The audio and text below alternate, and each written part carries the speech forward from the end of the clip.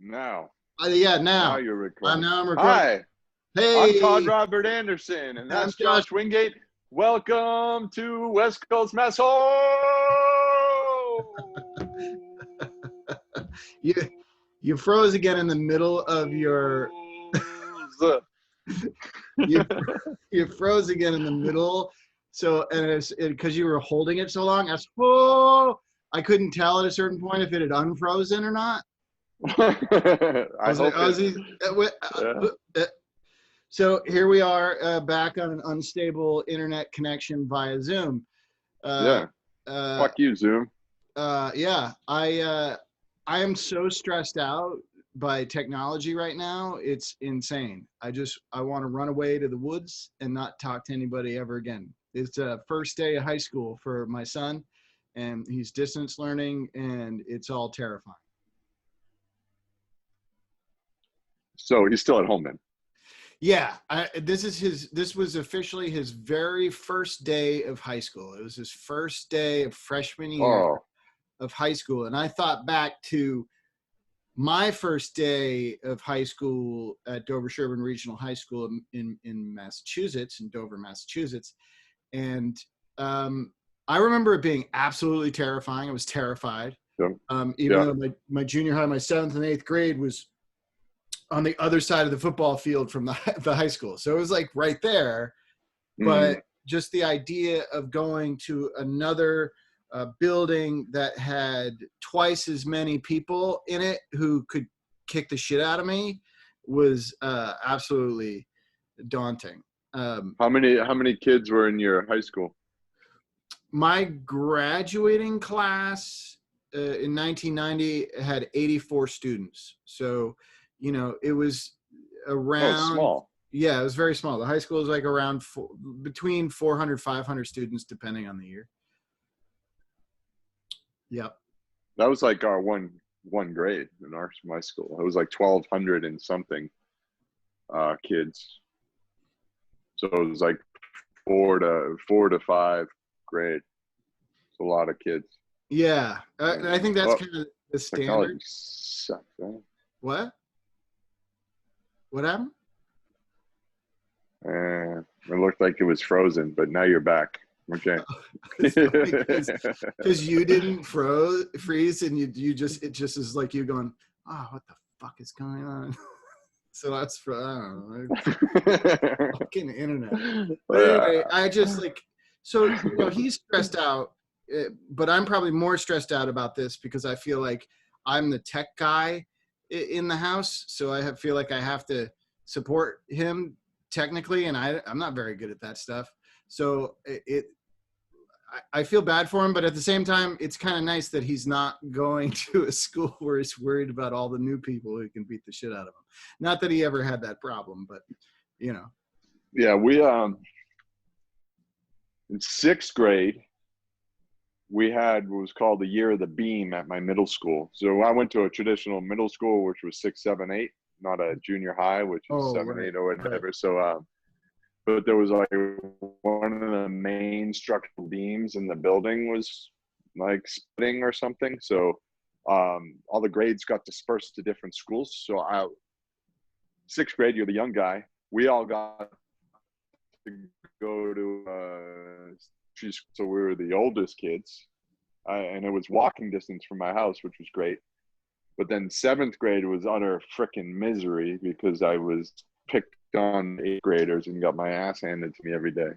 Yeah. So I remember like having that same type of feeling going back in because then 8th grade, you're the big kid on campus, you're the top honcho. So Sure. You're not too worried about that stuff. And it was relieving actually. 8th grade was awesome. But the 9th grade, you're like, oh shit. Now I'm the small guy.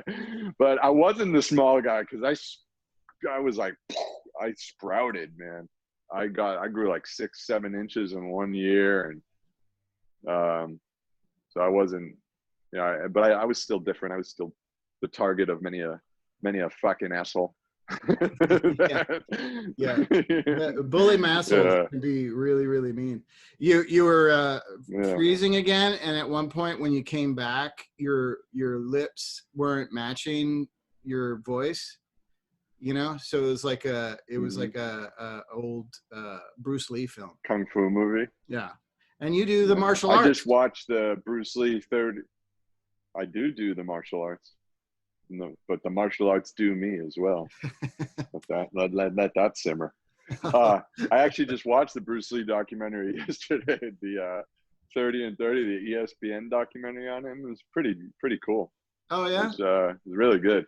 It was great too because it was very appropriate for the times we're in because they were talking about the systemic racism against Asian Americans, especially around World War II, and then even going back to the 1800s because a lot of Chinese were brought over in as early as the 1830s to help with labor and building the railroads.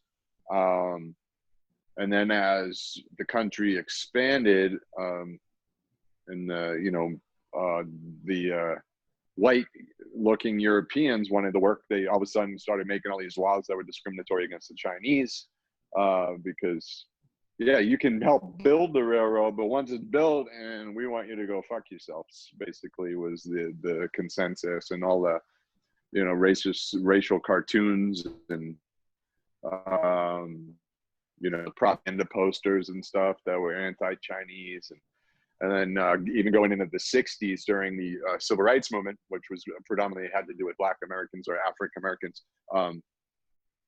how it was actually very empowering for Asian Americans as well. And it's when a lot of Asian Americans, especially around San Francisco, because up until then they were called Orientals by Americans, right. and it all had to do or like with reference to you were from the Orient. But these were people that were born and raised in the United States. They're like, no, we're not. And so that's when it was self-defining as we are Asian Americans.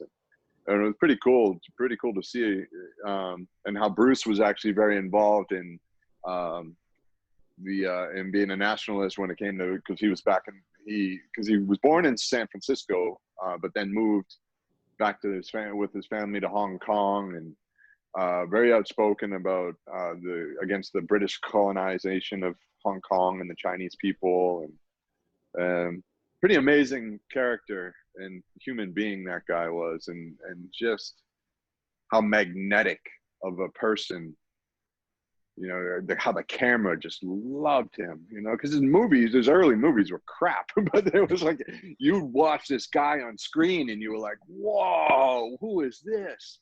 Yeah. And they got better as they went along. And when I say crap, they're not crap. They're treasures. For me, they're treasures. But I'm talking about like storytelling and screenwriting. They were definitely not the best. No, thing. It was How he would. martial art fight porn. That's what all his early ones were. It was just setting up. And then you see. Go ahead. Sorry. But then you see how he actually made demands and started writing the scripts and getting involved in the creation because he wanted to put, don't call me. I'm on Massholes. Don't call me. That what that was?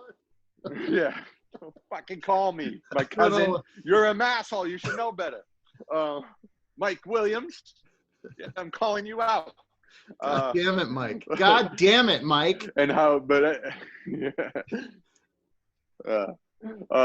he, and how he inserted himself, like, and a lot of his characters were called Lee. So he made sure it was him who's being himself, and he inserted a lot of his philosophies and teachings, which is pretty cool. And then the tragedy of his death, and there was all this mysticism around his death, and that it was the family curse. And then of course when Brandon died 20 years later, that strengthened the curse myth. But really, he just had a bad migraine, and he had some. I think he might have had like a clot or something. And a fellow actress, she was involved in what was going to be the next film, gave him a painkiller, and I guess the cause of death was that painkiller caused the aneurysm. So, oh my God, it's pretty tragic, really tragic, man. Yeah, so, it is tragic. He was cool. I have all his movies. I have that one where he fights Chuck Norris. Yeah, was that Game of Death? No, not is that Game of Death, or is that? I thought it was the Big Rumble or Big Boss. The Big Boss. I think so. That was the next one. That was before the Big Boss was the first one he did when he went back to Hong Kong after being an actor. If only there was a way for us to figure this out. How do we find this out? I don't know. Oh, hey, look, I have an app called IMDb. I am douchebag. I am douchebag. And I'm going to look up Bruce Lee. How did you feel about the way he was portrayed in Quentin Tarantino's? Hollywood, yeah. I know his family wasn't too psyched about it. I know Shannon, his daughter, was not very thrilled about it. And I know Quentin has great admiration for him. So I actually, it was a bit characterized. It was a bit, what do you call that? Caricaturous-ish. Ridiculous. But I felt like that mostly had to do with the actor, to be honest. Yeah. I feel like the actor was putting on a caricature versus being, for lack of a better term, being Bruce and emulating him. But, I know Quentin got a lot of slack for it. It did feel like it was making fun of Bruce. Yeah, I mean, I don't know if it was the actor's fault, the way it was written and directed. It was just a comedic, thing. But I can see, because he's a real life character, how his family would be insulted by it. Yeah. I mean, as far as the scene itself, would you shut up, you cat? Meow. Shut up, cat. Look at this cat. Meow, meow. Oh, he's a lion. A lion. Yeah. Yes. Even the cats have red hair in that house. Yeah, we're nothing but gingers. It's all ginger all the time. I love it. It's awesome. It's look at his tail in the background. I just had the title. It's shit. It went away. Oh, The Way of the Dragon. Way of the Dragon. Norris. The Way of the Dragon.